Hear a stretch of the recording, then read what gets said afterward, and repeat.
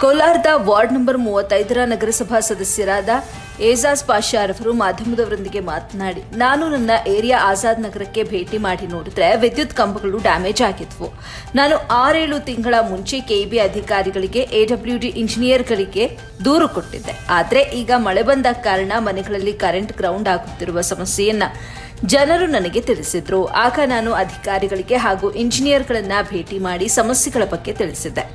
ಆಗ ಇಂಜಿನಿಯರ್ಗಳು ಹಾಗೂ ಅಧಿಕಾರಿಗಳು ಬಂದು ಹೊಸ ಕಂಬಗಳನ್ನ ಕಳುಹಿಸಿದ್ರು. ನಾನು ಆಜಾದ್ ನಗರ ಹಾಗೂ ನಿಸಾರ್ ನಗರ ಎಲ್ಲೆಲ್ಲಿ ಕಂಬಗಳು ಡ್ಯಾಮೇಜ್ ಆಗಿದೆಯೋ ಅಲ್ಲೆಲ್ಲ ಹೊಸ ಕಂಬಗಳನ್ನ ಹಾಕುತ್ತಿದ್ದೇನೆ ಅಂತ ಹೇಳಿದ್ರು. ಇನ್ನು ಏಜಾಜ್ ಪಾಷಾರವರ ಕಾರ್ಯಕ್ಕೆ ಸಾರ್ವಜನಿಕರು ಮೆಚ್ಚುಗೆ ವ್ಯಕ್ತಪಡಿಸಿದ್ದಾರೆ. ವರದಿ ಚಾಂದ್ ಪಾಷಾ, ಎಬಿ ನ್ಯೂಸ್ ಕನ್ನಡ, ಕೋಲಾರ.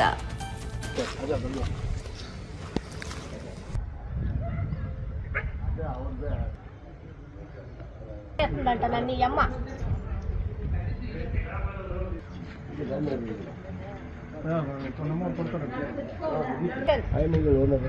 ಅಲ್ಲ ಅಲ್ಲ ಐತೆ ಮನೆ ಅವನು ಬೆಂಗಳೂರು ಕೋರ್ಟ್ ಕೊಟ್ಟಾಳೆ.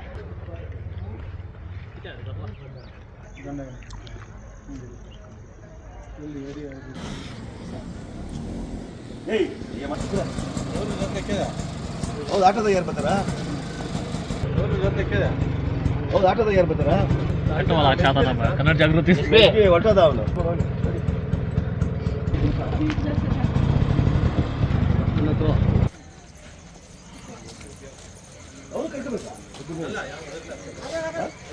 ಆಟೋ